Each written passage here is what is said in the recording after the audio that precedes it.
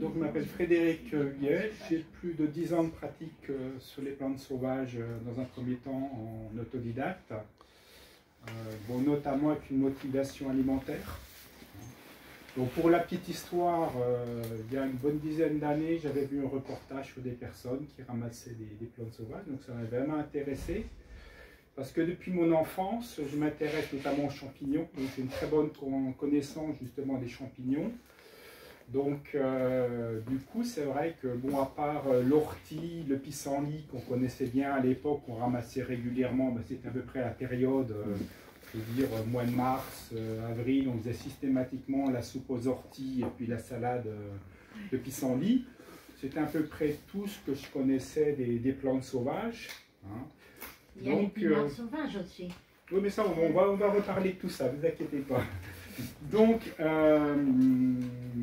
voilà, et puis, bon, moi, je suis né à la campagne, j'ai vécu dans une maison, mon père faisait son jardin, donc on passait des journées complètes à enlever les mauvaises herbes.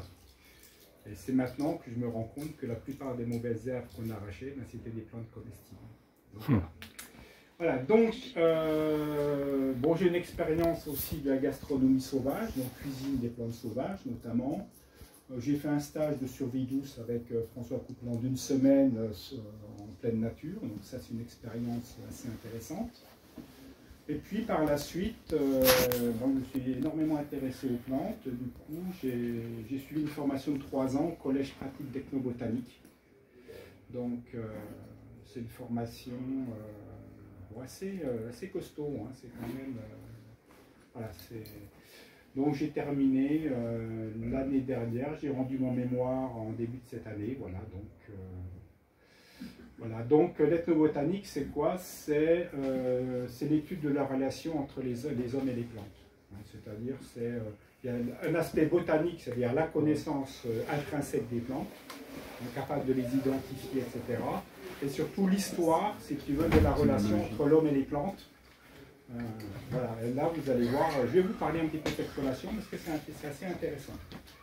Voilà, donc voilà, j'anime des sorties ethnobotaniques en région parisienne, en province, et puis actuellement je suis en train de monter ma petite activité.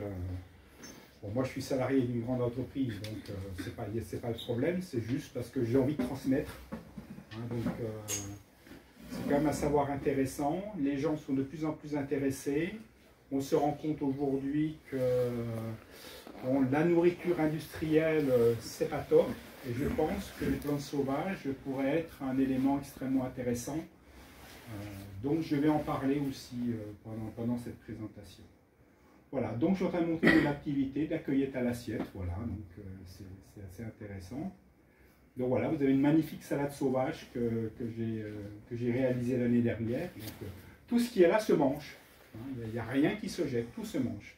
Tout est comestible. Voilà. Puis ici, quelques plantes qu'on pourra rencontrer dans vos jardins, bien entendu. Voilà. Alors, première chose, je vais vous faire un petit peu intervenir, hein, c'est intéressant, mais comment considérez-vous les mauvaises herbes? Parce que vous êtes tous, vous avez pratiquement tous un petit jardin. Donc je présume que vous êtes envahis de plantes, on va dire entre guillemets indésirables, donc que vous n'avez pas à semer. Donc comment vous les voyez? Alors déjà, moi je suis née à la campagne. J'avais mes parents qui faisaient le jardin. Le jardin il était nickel. C'était le rang de carottes, le rang de poireaux, le rang de... Et tous les mauvaises herbes on enlevait. Oui. Et donc, et là maintenant je m'aperçois que le pissenlit sauvage, on peut le manger.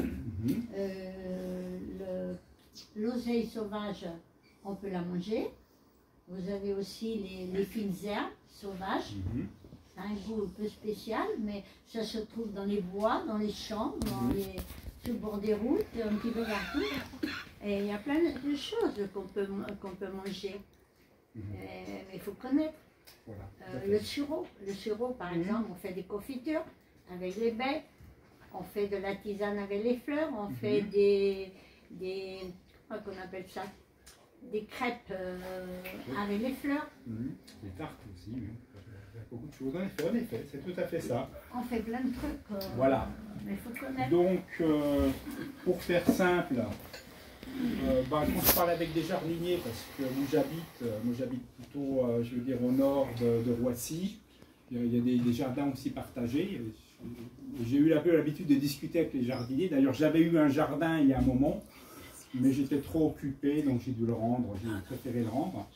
Alors, premièrement, ils nous disent elles sont envahissantes, elles salissent le jardin, entre guillemets, c'est ce que vous disiez, hein, un rang de poireaux, un rang de navets, un rang, etc.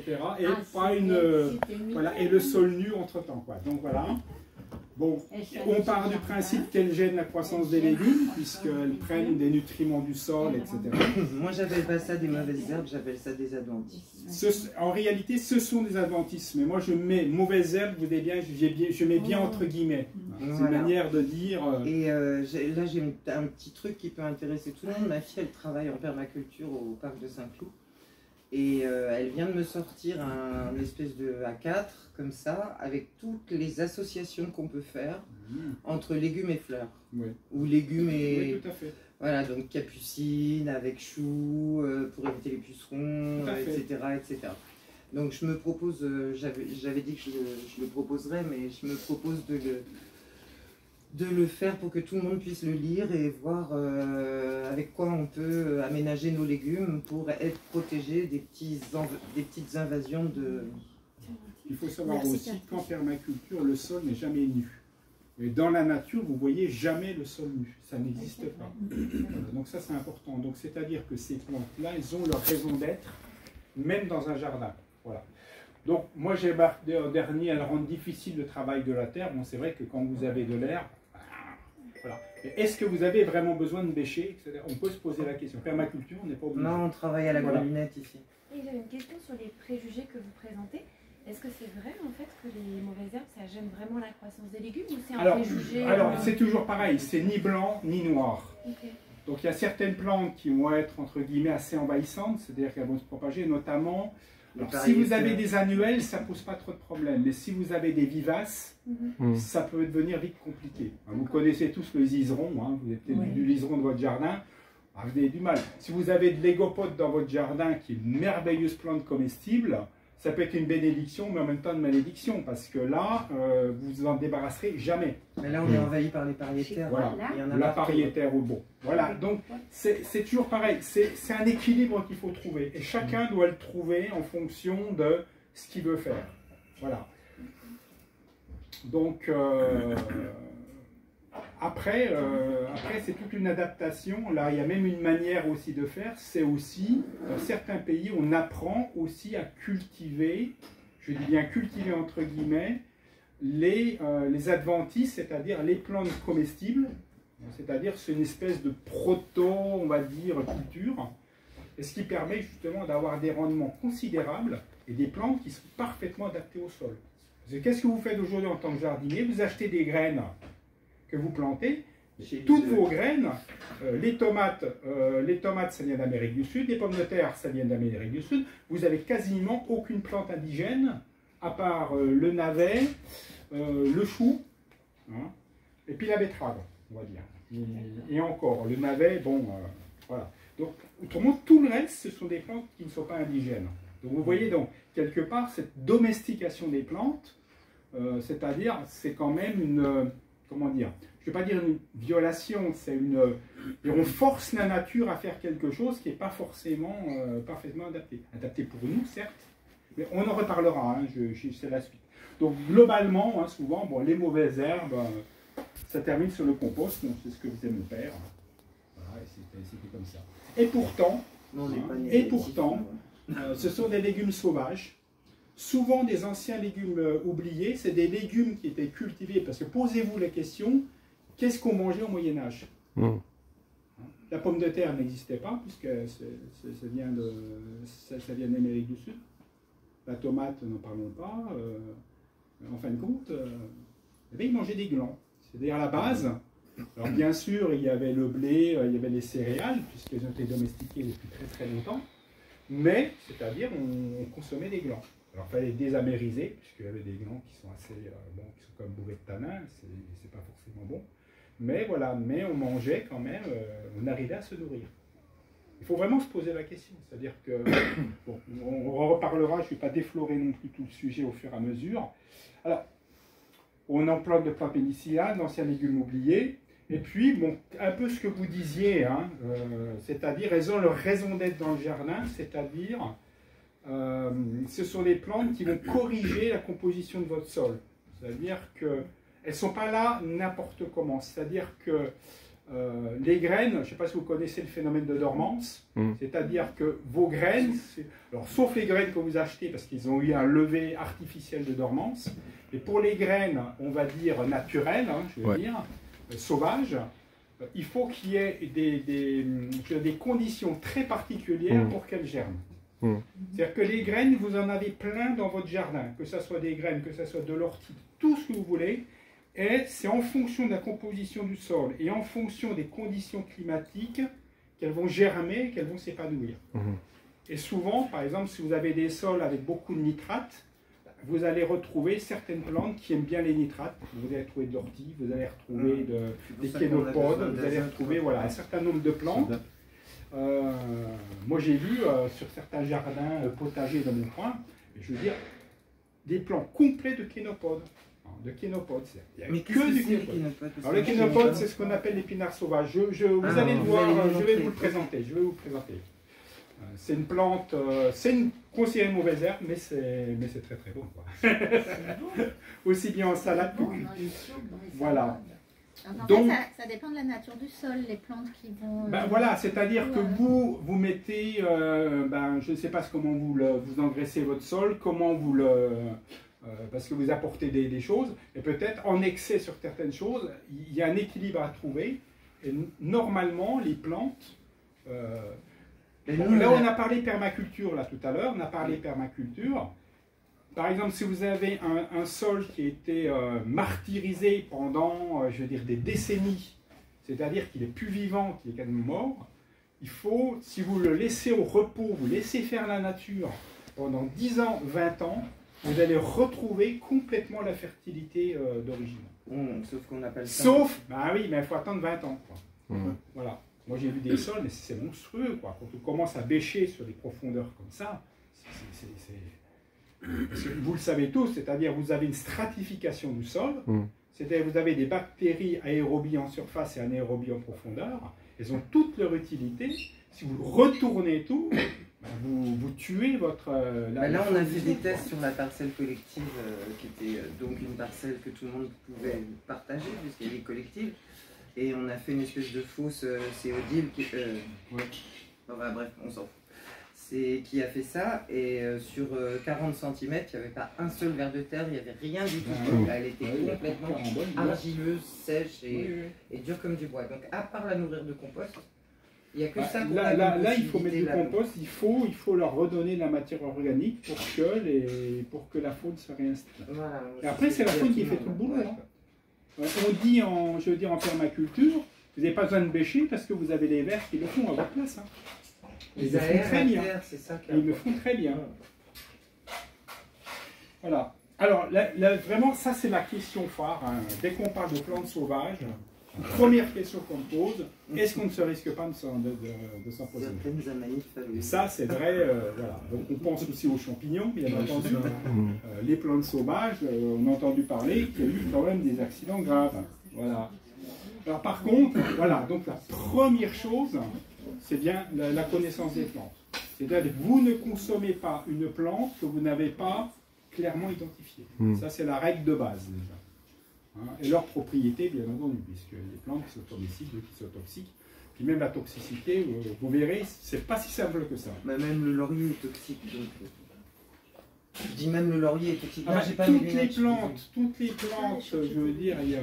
Bon, on va en reparler, on va pas déflorer le sujet. Que j'aille les chercher. Voilà, bon, là j'en ai mis une toxique, le delphinium, hein, je veux dire, les staphysères, les delphiniums. Donc on retrouve beaucoup en plantes ornementales, qu'on peut retrouver, l'encolie, hein, j'en ai vu, vous en avez dans votre jardin. Donc, ce sont des renonculacées qui sont toxiques. Bon, voilà, donc il faut faire un peu attention sur ces plantes-là. Et je dis relativiser, parce qu'en réalité, il n'y a que 3% des plantes de flore qui sont toxiques, sont réputées toxiques. Alors après, quel que soit le degré de toxicité qu'il faut avoir, C'est toxique, ça, non? 3%, c'est pas beaucoup. Après, dans les plants, dans vos jardins d'agrément extérieurs, vous montez à 40%. Donc c'est déjà beaucoup plus. Et de tous vos plantes en pot que vous cajolez, que vous arrosez bien, vous en avez 80% des toxiques. Ouais. Donc le danger, il n'est pas à l'extérieur, il est à l'intérieur. Donc faites attention aux enfants. Là, je vous ai mis la Dieffenbachia picta, qui est une des plantes qui a créé le plus de problèmes. Celle-là, elle pleure. Elle pleure, cette plante. Donc cette plante-là, elle est bourrée de rafite d'oxalate. Et je vous garantis que si vous en mangez, vous avez la bouche en feu. Et le risque, c'est plutôt mécanique, c'est-à-dire par étouffement. Donc il faut faire attention.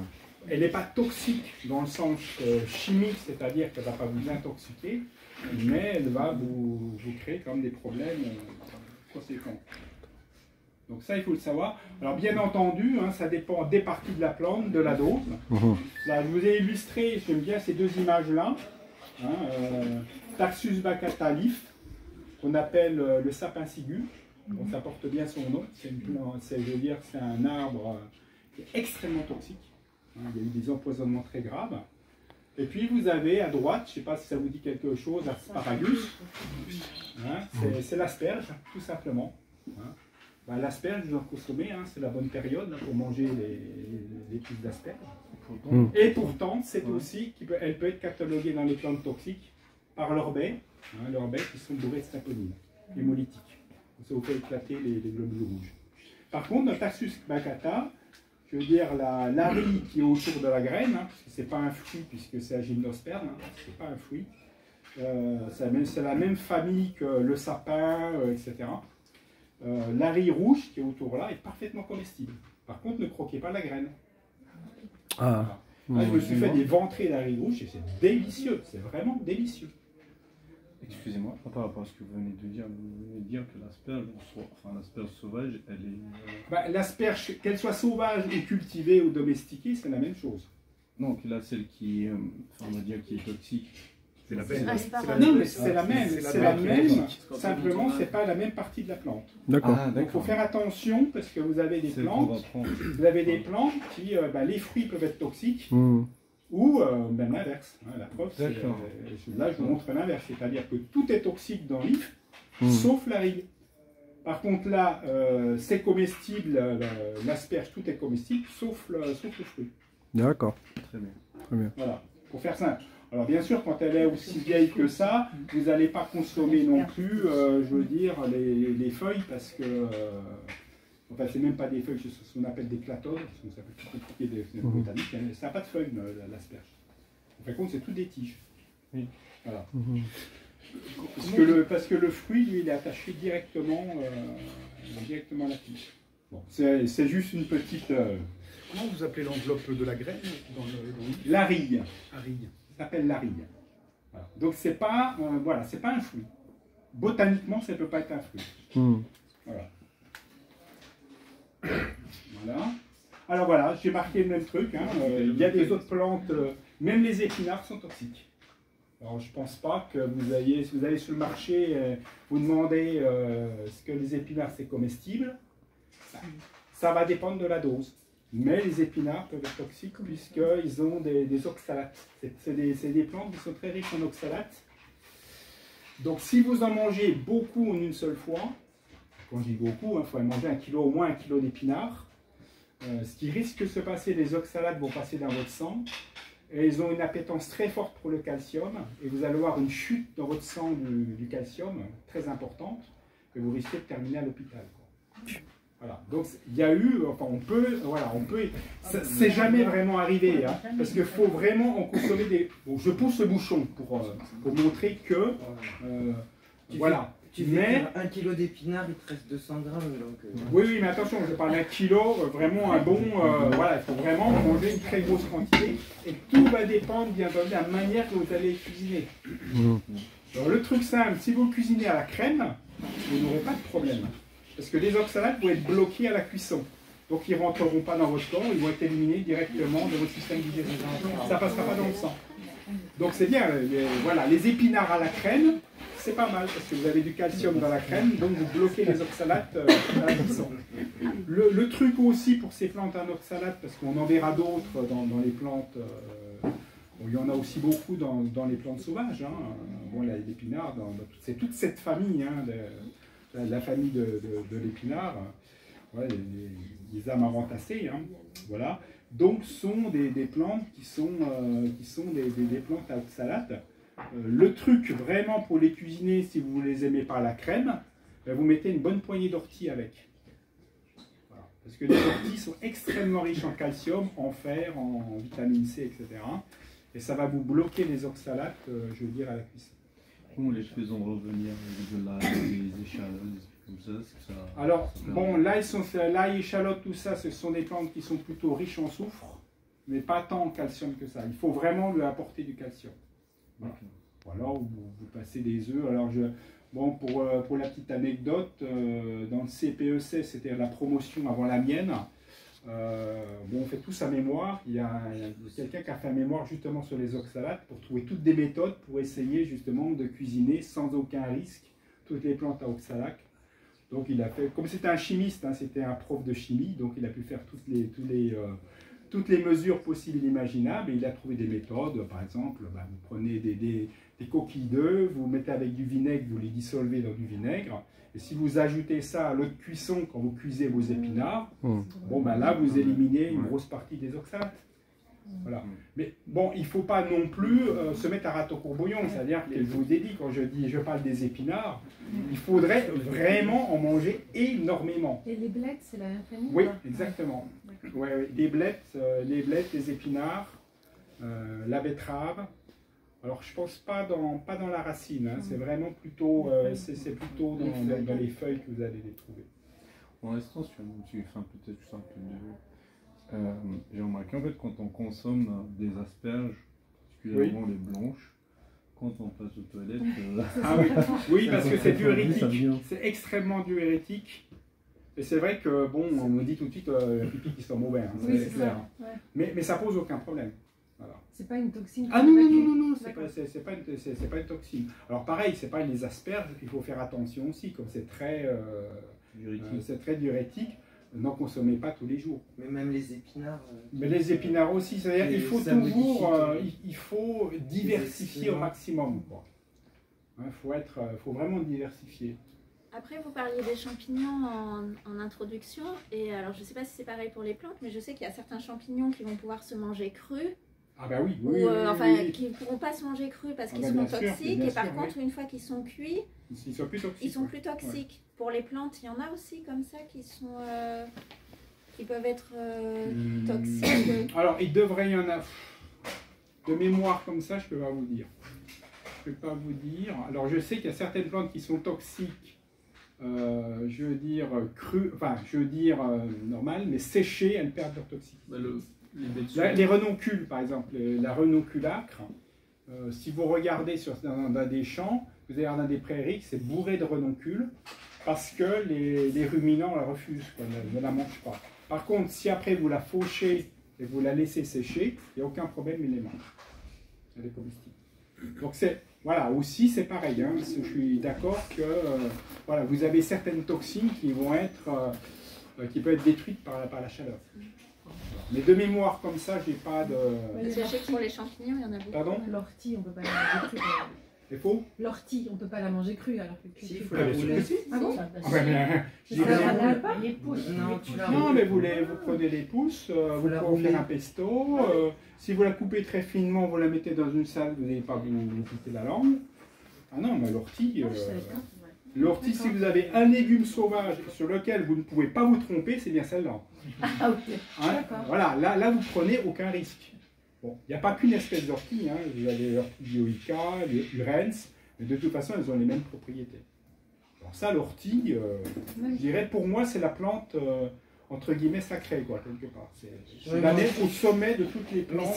L'ortie, elle est du coup chargée en azote par rapport aux... Alors, elles ont un peu plus, elles aiment bien l'azote, mais ce qu'il faut savoir, c'est qu'elles sont très riches en vitamine C, très riches en fer, en calcium, protéines qui sont équilibrées.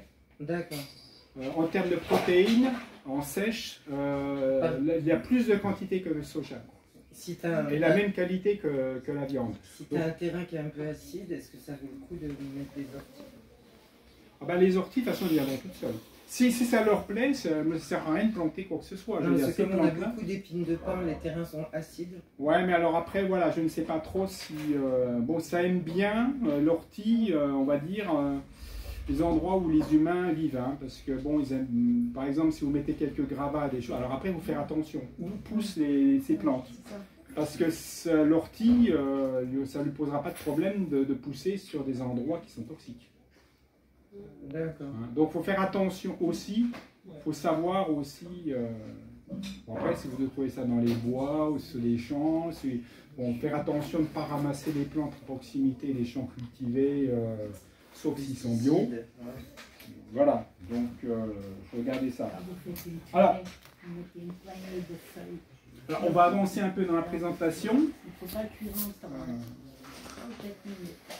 Donc la question maintenant, c'est pourquoi avons-nous perdu la connaissance des plantes comestibles? C'est-à-dire qu'on a vécu quand même, je veux dire, bon alors on va dire, le genre Homo, il a au moins 5 millions d'années, hein, je veux dire, donc c'est quand même... donc on a vécu quasiment l'essentiel de notre histoire en compagnie des plantes sauvages. C'est pareil, on se fait toujours un peu, on parle de l'homme paléolithique qui mangeait plus de viande que de plantes alors que c'est l'inverse.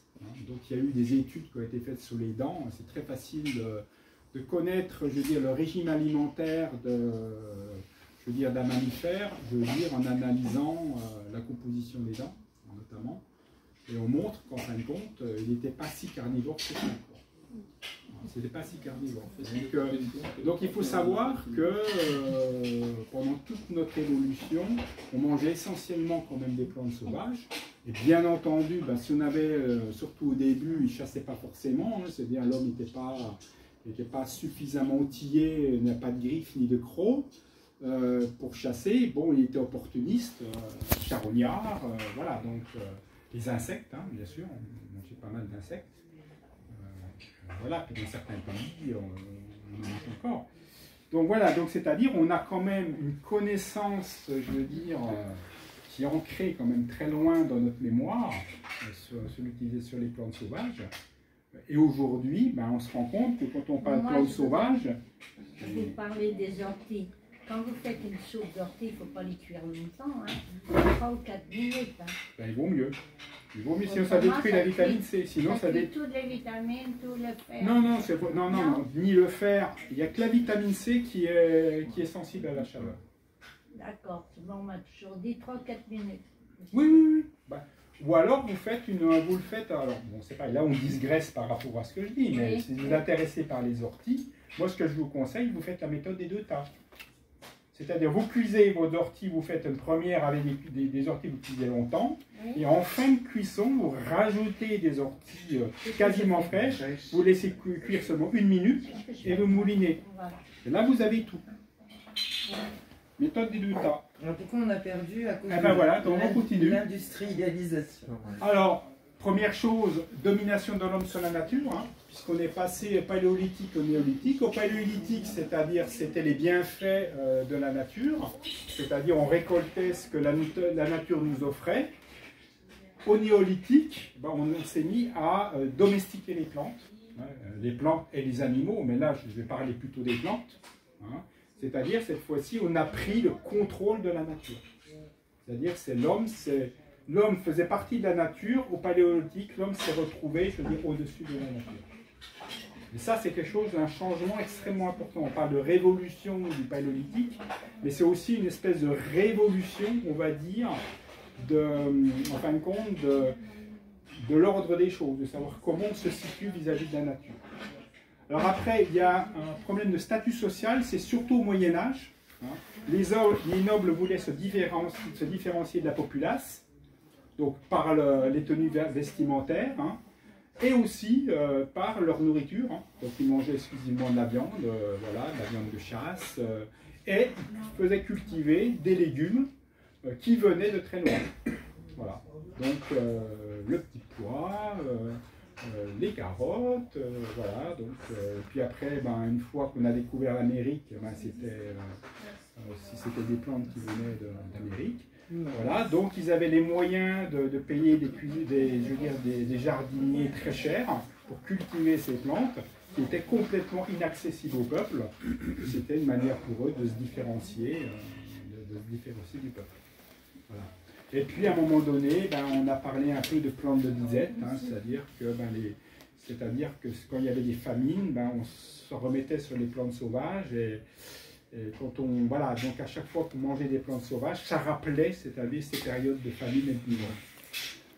Voilà. Et puis bon, alors le statut social, il a évolué, hein, puisqu'après, bon, au fur et à mesure, ben, je veux dire, ben, parmi le peuple, bon, après il y a eu les ouvriers, puis voilà, puis après il y a eu les bourgeois, et progressivement, mais ils ont adopté, bien entendu, le statut, on va dire, des nobles, hein, entre guillemets, ils ont copié. Donc c'est vrai que, bon, en ville, on ne s'intéresse plus trop aux plantes sauvages. Et puis, bon, il y a toujours cette idée de ce qui est manufacturé, c'est-à-dire fabriqué par l'homme, a plus de valeur de ce qui est naturel. Toujours pareil, la suprématie de l'homme sur la nature. Donc voilà, la nourriture industrielle a plus de valeur que la nourriture naturelle. C'est de la provocation, hein, vous comprenez bien. Voilà. Alors, mais voilà, il faut savoir que dans certaines régions, il y a des traditions qui ont perduré. Hein. Donc, bon, la soupe aux orties, la salade de pissenlit. Dans le sud, hein, on ramasse beaucoup de plantes aussi, de plantes sauvages.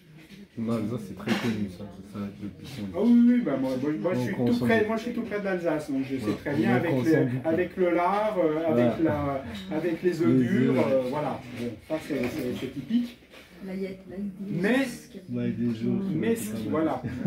Mais nous, dans Kosovo-Beche, dans l'année, je ne sais pas, c'était juste au printemps, on faisait 2-3 salades de pissenlit, après terminé. C'est ça. Alors que maintenant, moi je consomme du pissenlit toute l'année, quoi, même en hiver.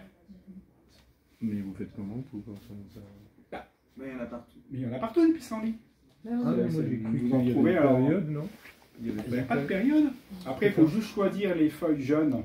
C'est-à-dire, on ne prend pas. Alors, au printemps, c'est-à-dire, on prend le pissenlit complètement, quoi. On coupe au calot, voilà, et on fait une salade comme ça. Mais en été, on va juste choisir les feuilles, les feuilles les plus jeunes. Et puis après, on pourrait faire une salade de pissenlit. Moi, c'est une salade mélangée que je fais. Donc, vous utilisez aussi bien les fleurs de la fleur. On fait plein de choses avec les fleurs. Et vous faites des tisanes l'hiver. On peut faire ça. Vous pouvez faire de la confiture avec les fleurs. Vous pouvez faire. Il y a plein de choses qu'on peut faire. On peut plein de choses. Et puis pour décorer une salade, vous mettez des fleurs de pissenlit. C'est magnifique aussi. Et c'est bon. Voilà. Et puis il y a quand même des pays qui ont su préserver une vraie relation avec la nature. Bon, moi je suis allé en Crète, hein, pendant des vacances pour étudier un petit peu leur relation avec la nature. Et c'est vrai que c'est dans ces pays. Alors c'est en train de se perdre malheureusement parce que bon, avec la civilisation actuelle américaine, tous ces pays, la Crète et le Japon commencent à être alors, on parle de régime crétois, on parle de ces régimes qui centenaires, voilà, aussi bien au Japon que méditerranéen. Et en fin de compte, ce n'est pas l'huile d'olive et les tomates qui font ça, c'est leur consommation de plantes sauvages. Ils ont une très forte consommation de plantes sauvages. En gros, si vous voulez, en Crète, vous avez 2 saisons. Vous avez l'été où vraiment tout est sec. Et là, bon, ils consomment les plantes cultivées. Et tout le reste, à partir du mois d'octobre jusqu'au mois de mai, on retrouve sur les étalages sur les marchés énormément de plantes sauvages. C'est-à-dire les gens, ils vont ramasser et ils mangent énormément de plantes sauvages. Ça fait partie complète. Alors, il y a aussi une raison un petit peu, on va dire, historique. Souvent, la Crète, c'était un pays qui était, alors je dis pays, c'est une île en réalité, hein, qui était souvent sous influence un peu envahi par différentes civilisations, et pour résister, c'est-à-dire ils ont vraiment gardé cette culture plante sauvage. Voilà. Et le Japon aussi, parce que le Japon, ils sont encore très animistes. Et ils ont une relation avec la nature qui est assez particulière. Voilà. Donc, et c'est pareil, ils ont des traditions sur les plantes sauvages qui sont extrêmement intéressantes. Donc, on en trouve sur les marchés. Alors, c'est ça ce qui est intéressant. Vous allez voir, vous allez dans un pays, si vous voyez des plantes sauvages qui sont vendues sur le marché, ça c'est un très bon indicateur. Voilà. Alors, bon, c'est pareil, je vais faire un petit peu c'est un peu une promo des choses. Alors, on parle souvent maintenant de baumes nutritionnels, de super aliments, des choses comme ça. Alors, on parle souvent je veux dire, de vitamines, de choses comme ça. Mais les plantes sauvages sont en général plus nutritifs que les plantes cultivées. Donc, il y a toute une étude qu'avait fait François Coupland. Il a eu accès à une base de données de Nestlé qui a fait plein d'analyses entre les plantes cultivées et des plantes sauvages, pas toutes. Donc, il s'est amusé à étudier toutes ces analyses. Et systématiquement, les plantes sauvages sont toujours, au top en termes de qualité nutritionnelle. Alors, il y a une raison pour ça. Premièrement, comme je vous l'ai dit, elles ne sont pas domestiquées, donc elles poussent aux endroits qui leur conviennent, sans arrosage, donc il y a une très forte concentration des aliments. Là actuellement, on se rend compte, je dirais même dans le bio, ce n'est pas uniquement dans le conventionnel, que les aliments, c'est-à-dire les légumes, ont perdu énormément de leur qualité nutritionnelle depuis des décennies, à cause des sélections qui ont été faites. On sélectionne les plus productifs. Qui dit plus productif, c'est plus gros, ça pousse plus vite, c'est bourré de flotte, c'est complètement dilué. Et on dit maintenant aujourd'hui, c'est-à-dire il faut manger 20 oranges pour avoir autant de vitamine C qu'une orange il y a 20 ans, en gros. Donc, et c'est vrai un peu pour tout. Il y a eu un moment, il y a eu justement une expérience qui a été faite par une personne qui mangeait bio, qui a dit bon, je vais manger bio, je vais me suivre. Ces analyses, à un moment donné, elles ont dérivé, elles étaient vraiment mauvaises. Puis il dit les médecins, mais je ne comprends pas, je mange vraiment bio, etc. Mais vous mangez quelle quantité? Il faudrait vous manger 10 fois plus que vous mangez actuellement pour.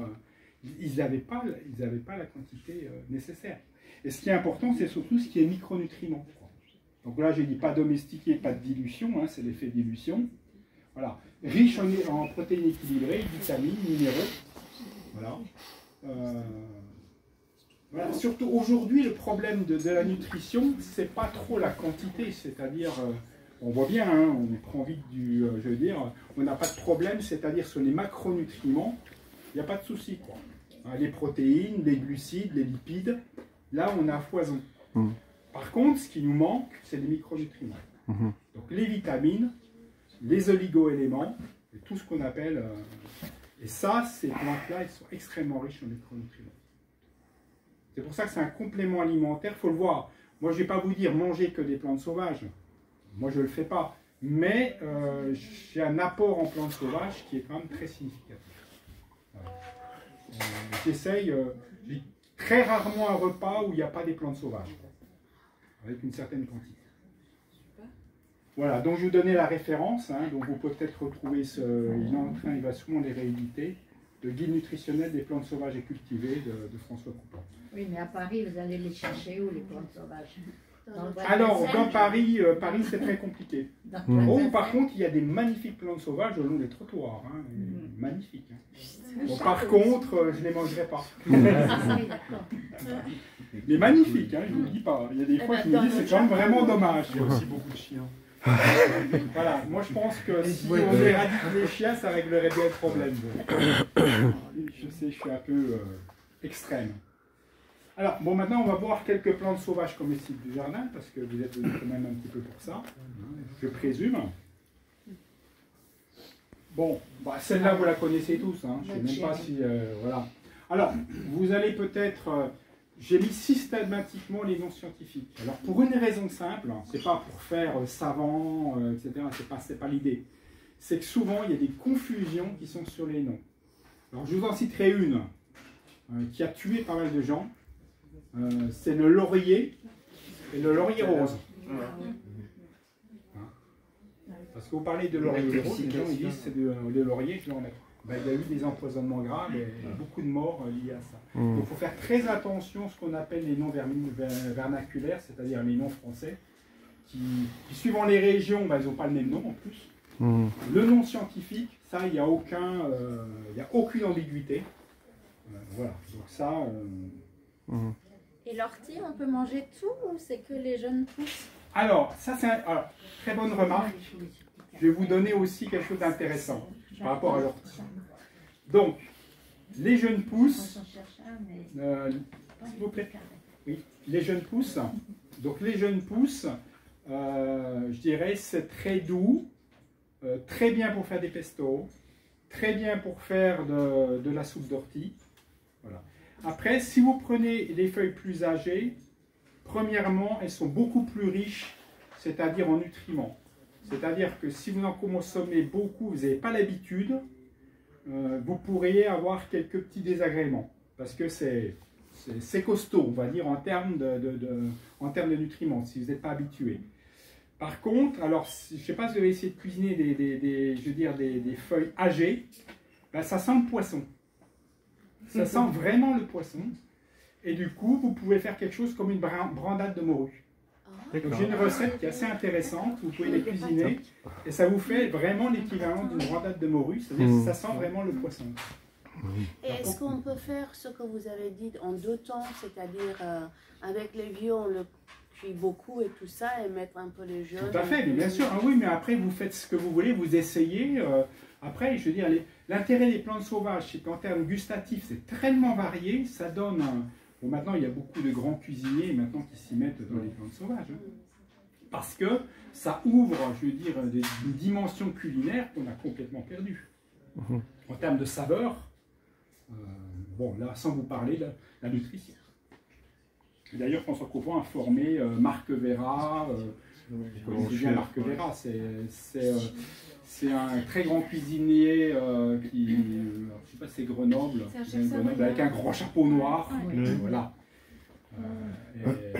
Donc ils ont écrit un livre ensemble d'ailleurs. C'est dans le même concept. Brasse aussi, il a formé Brasse aussi, etc.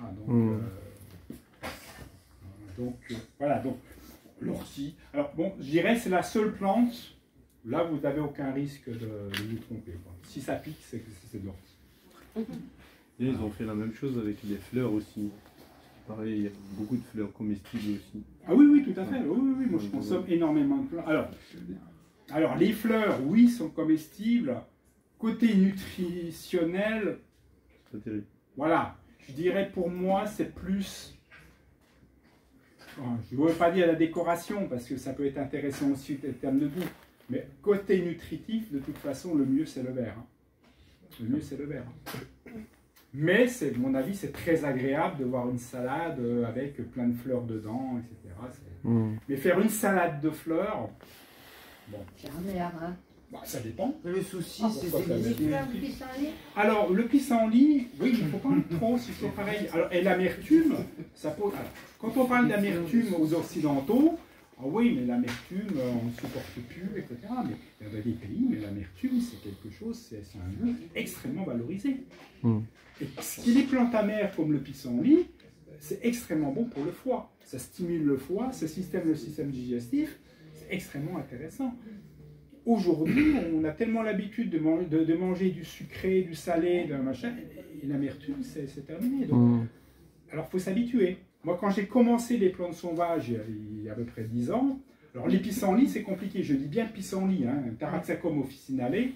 Il y a plein de sous-espèces, c'est extrêmement compliqué, puisque vous avez vraiment le dent de lion, vous avez même des feuilles qui ont pratiquement pas denté.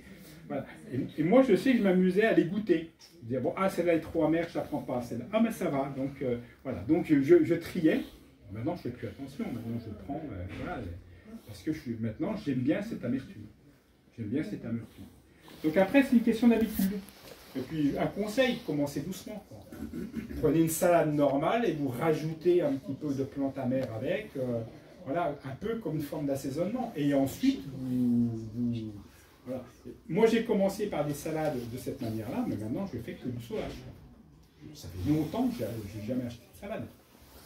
Bien, Mais le pissenlit en bouton, quand il commence à fleurir, il est très très bon. Mais quand il est en fleurs comme ça, accrochez-vous. C'est plus amer. Mais l'amertume n'est pas un problème. Pour moi, c'est pas un problème. Voilà. Alors, on a parlé d'épinards sauvages, là. Chenopodium album, le chénopole blanc. Hein, c'est une plante qu'on retrouve. Alors, elle ne pousse pas maintenant, elle va pousser en début d'été, au mois de juin, vous commencerez à en voir, au mois de mai, fin mai, vous commencerez à en voir dans votre jardin.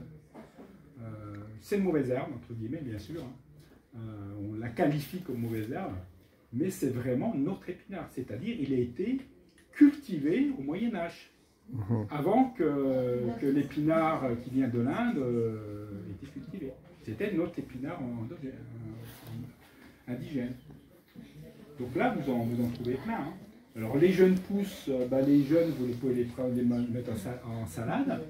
Et puis les plus âgés, vous pouvez les cultiver, vous pouvez les manger sous forme comme les épinards. Hein.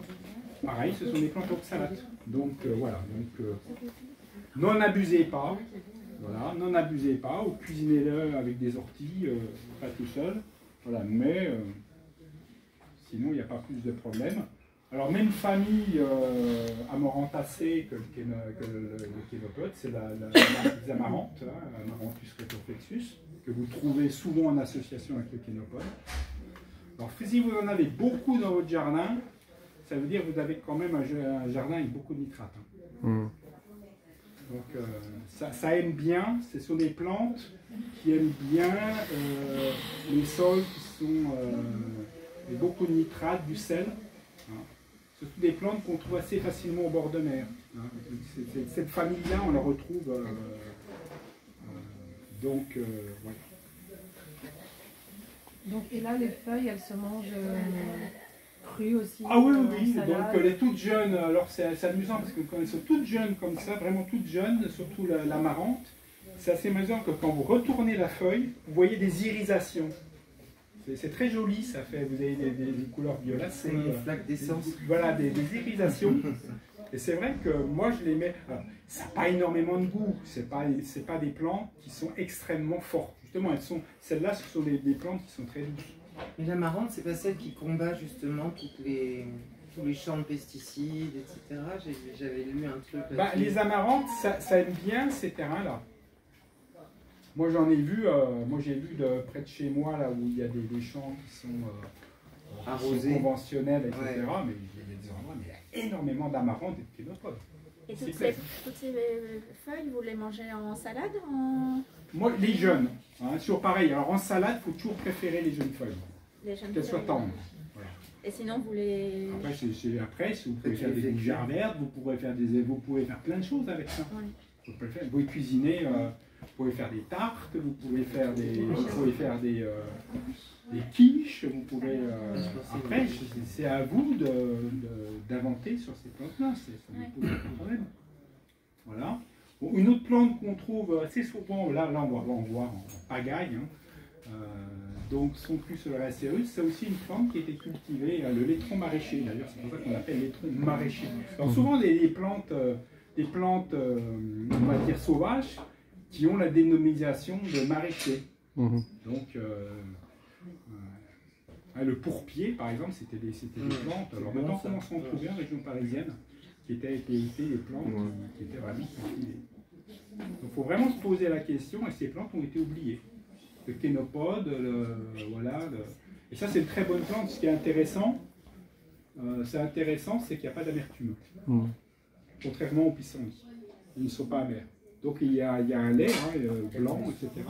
Mais elles ne sont absolument pas amères. Donc ça c'est intéressant. Donc après il faut savoir panacher les choses, hein, c'est comme tout. Hein. Voilà. Bon, la cardamine hirsute, bon, là aussi vous en trouvez dans votre jardin, c'est la période. Bon, maintenant elle est déjà quasiment en fruit. C'est une plante vraiment au début du printemps, fin de l'hiver. Là vous commencez à en voir un peu partout. Donc ça, la famille des brassicacées, donc c'est la famille du chou. Donc c'est des plantes qui sont piquantes, hein, comme le radis, donc très intéressant à mettre en salade. Hein. Ça c'est très bon parce que ça va donner un petit goût piquant extrêmement intéressant. Voilà. Bon, ben là, je veux dire la mâche, vous la connaissez tous. Hein, donc vous la cultivez aussi, mais bon, ben, elle existe à la sauvage. Donc ça se ramasse facilement. Donc c'est une plante. Alors c'est pareil, il faut les prendre jeunes parce que quand elles commencent à âger, elles commencent à devenir âpres. Donc il faut vraiment qu'elles soient en rosette. Voilà. Bon, là, la bergerette du Canada, vous en avez aussi. C'est une plante aussi intéressante. Alors bon, faut pas. Elle est assez forte. Hein, bon, on en trouvera sûrement dans vos jardins. Là, vous la goûterez, vous verrez. Bon, pour moi, c'est plus condimentaire. Donc, comme la roquette, c'est ça? On dirait un peu. Ouais, c'est une plante qui est assez, qui a du goût, quoi. Voilà, qui a beaucoup de goût. Alors après, mais ça ne pose pas de problème sur la quantité. C'est simplement après, il faut savoir l'apprécier. Alors celle-là aussi, c'est une plante, mais alors là, je dirais c'est une des meilleures salades sauvages. Quoi. La stellaire, souvent elle atterrit sur le compost, parce qu'elle peut être un peu envahissante, c'est-à-dire qu'elle se met dans les haricots, les choses comme ça. Mais souvent elle se met dans la salade, hein. C'est sympa quand même, parce qu'en plus vous récoltez votre salade, vous récoltez la stellaire avec. Donc ça c'est une plante extrêmement intéressante, très prolifique. Puisque je crois qu'une plante, elle peut avoir 4 ou 5 générations dans l'année. C'est une plante annuelle. Extrêmement intéressante. Alors, pas confondre avec le mourou rouge. Hein, on verra. Excusez-moi, ça en salade aussi, la stellaire, pareil. Surtout en salade. Je dirais presque que en salade. Alors si vous le voulez à mettre, vous pouvez faire une soupe aussi avec, mais là, il faut vraiment, vous la cuisez pas, quoi. Vous la mettez vraiment à la fin, puis vous moulinez. D'accord. Parce que tout son goût, et là, c'est un goût de noisette, c'est assez intéressant. Alors bon, le Lactuca celeriola, c'est notre laitue sauvage, qu'on retrouve. Nos laitues cultivées viennent à l'origine de cette laitue sauvage. Donc il y a quand même l'inconvénient de devenir très vite très amer. Donc vraiment, si vous la récoltez, il faut vraiment, première feuille, même déjà là, on est déjà presque limite. Voilà. Après, c'est à vous d'apprécier l'amertume, hein. C'est une question d'appréciation de l'amertume. Voilà. Bon, le lomsan commun, là aussi on en trouve souvent dans le jardin aussi. Là aussi, il faut vraiment tout jeune, parce qu'après ça devient amer. Mais c'est la bonne période. Là, il commence à monter là, en ce moment. Voilà. Hippocaris glabrata, c'est la porcelle enracinée. Là aussi, ce sont des plantes qui peuvent être... Alors, on les trouve plus sur les pelouses, les endroits où c'était bien beaucoup d'eau. Mais là, ça peut être intéressant cuit, quoi. Parce que c'est quand même une plante qui est assez dure, hein, qui est coriace hein, quand même. Mais c'est très bon. Bon, ça ne consomme pas trop, j'ai pas trop l'habitude. Voilà. Bon, les plantains.